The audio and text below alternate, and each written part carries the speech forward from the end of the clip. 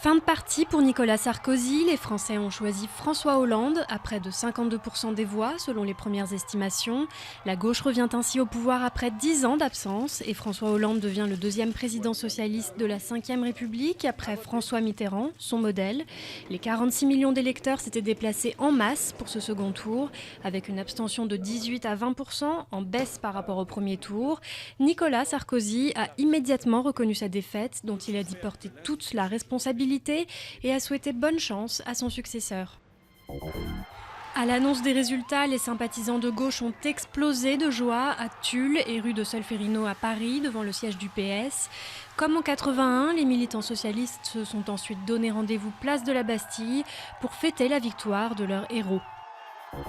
Il y a un an encore, rien n'était gagné pour le député de Corrèze. Cet ancien secrétaire du PS qui n'a jamais été au gouvernement était présenté comme trop provincial, sans charisme, éclipsé par sa compagne Ségolène Royal en 2007. À 57 ans, il réussit donc son pari en devenant le premier chef de l'État de la Ve République n'ayant jamais été ministre. Les prochaines heures vont être chargées pour le nouveau président. La passation de pouvoir officielle ne devrait avoir lieu que vers le 15 mai, mais François Hollande devrait se mettre au travail dès ce soir en contactant la chancelière allemande Angela Merkel. Il devra aussi choisir son gouvernement et se préparer rapidement pour le sommet du G8 des 18 et 19 mai. Enfin, il faudra se remettre en campagne dès demain pour les législatives des 10 et 17 juin.